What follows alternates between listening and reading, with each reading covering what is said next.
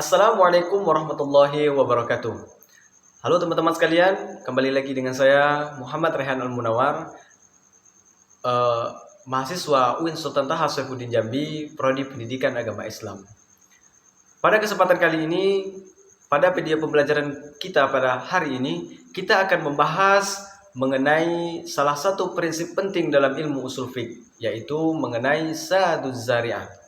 Prinsip ini menjadi pondasi pencegah kemaksiatan dalam Islam. Nah, teman-teman sekalian, pernahkah kita berpikir mengapa syariat Islam melarang hal-hal yang seolah tampak biasa?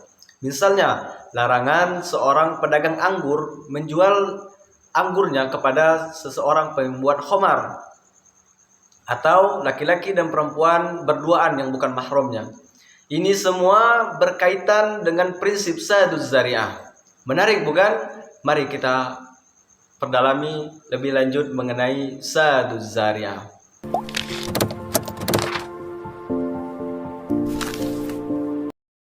Teman-teman sekalian, kita masuk ke pembahasan kita pada kali ini mengenai saduz zari'ah. Ada yang bertanya, apa sih itu saduz zari'ah? Nah, saduz zari'ah ini secara bahasa, sad berarti menutup dan zari'ah berarti jalan. Jadi, saduz zari'ah mempunyai arti menutup jalan yang mengarah kepada kemaksiatan atau keburukan. Prinsip ini juga dijelaskan oleh para ulama seperti Wahbah Zuhaili dan Imam Al-Ghazali. Wahbah Zuhaili menerangkan di dalam kitabnya Mencegah Sarana yang Membawa kepada Haram, dan Imam Al-Ghazali menerangkan di dalam kitabnya Menolak kerusakan itu lebih diutamakan daripada menarik manfaat. Ingat, menolak kerusakan berarti mencegah. Mencegah itulah saduz zari'ah. Nah, contoh sederhana seperti yang kita jelaskan di awal, larangan seorang penjual anggur kepada pembuat khamar. Karena anggur itu bisa diolah menjadi minuman yang mengharamkan. Ada yang tidak tahu apa sih itu khamar. Khamar itu adalah minuman yang dibuat menjadi anggur, diimplementasikan selama berbulan-bulan. Nah, itulah yang akan diminum. Itulah yang akan berubah menjadi khamar.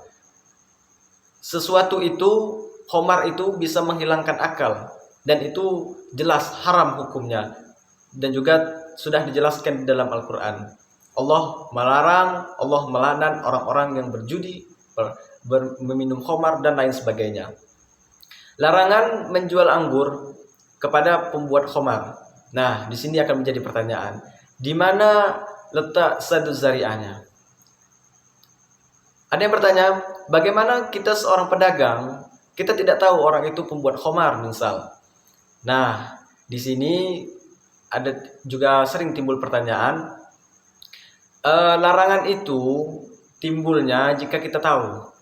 Kita tahu kita itu menjual anggur kepada orang yang membuat khamar. Jika kita tidak tahu, ya kita mau diapakan lagi ya? Namanya juga tidak tahu. Larangan ini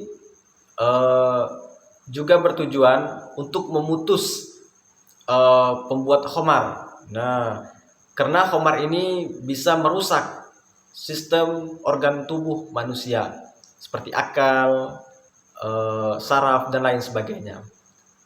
Maka anggur bisa diolah, maka khamar itu dihukumkan menjadi haram. Jika kita tahu seorang itu membuat pembuat khamar dan kita jual anggur kita kepada dia, maka kita mendapatkan dosa besar. Sebab kenapa? Sebab hukumnya haram. Itulah fungsi saduz zari'ah. Baiklah teman-teman sekalian, selanjutnya ada klarifikasi. Saduz zari'ah ini mempunyai klarifikasi berdasarkan 3 aspek. Ada tingkatan bahaya, bentuk perbuatan, dan perilaku. Tingkatan bahaya ini ada qat'iyah dan ada nadirah.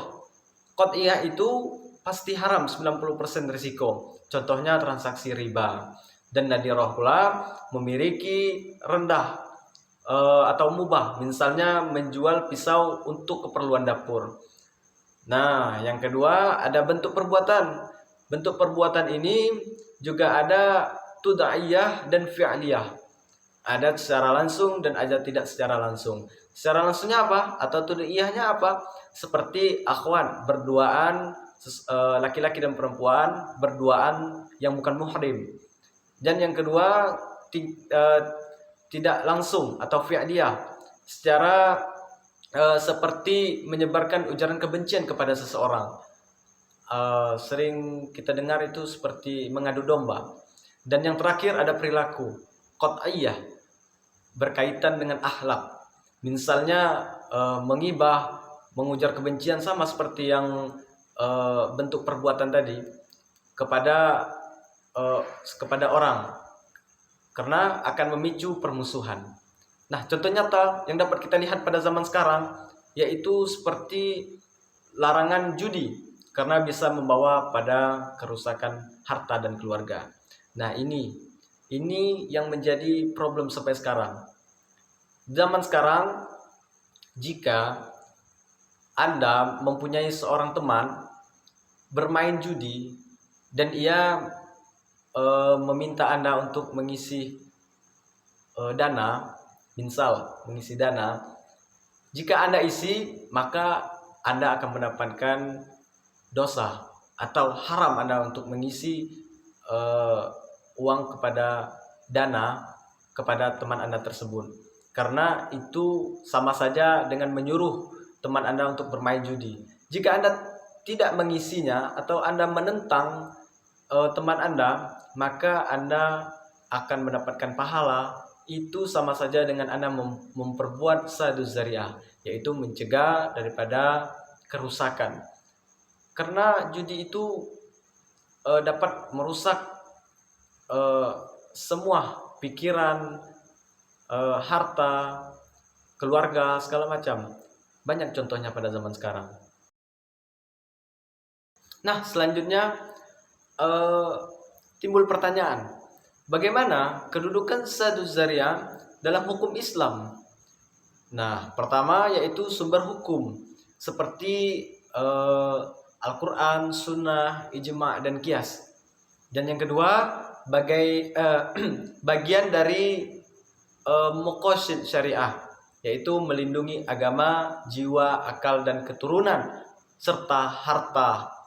Dan yang ketiga, yaitu didasarkan pada kaidah, yaitu telah dijelaskan di dalam Al-Quran surah Al-An'am ayat 108 yang artinya yang berbunyi, mencegah kerusakan lebih utama daripada menarik manfaat. Mayoritas ulama menerimanya semua itu, kecuali mazhab Zahiriyah.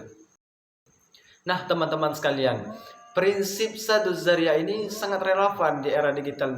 Misalnya larangan menyebar hoax karena bisa memicu kerusakan atau mufsadat. Dan yang kedua, membatasi konten negatif di media sosial seperti mencegah dekorasi moral. Inilah yang menunjukkan betapa syariat Islam selalu relevan untuk menjaga kemaslahatan umat. Nah, baiklah teman-teman sekalian, dapat kita simpulkan saduz zari'ah ini adalah sistem pencegahan syariat untuk menjaga kemurnian agama dan moral.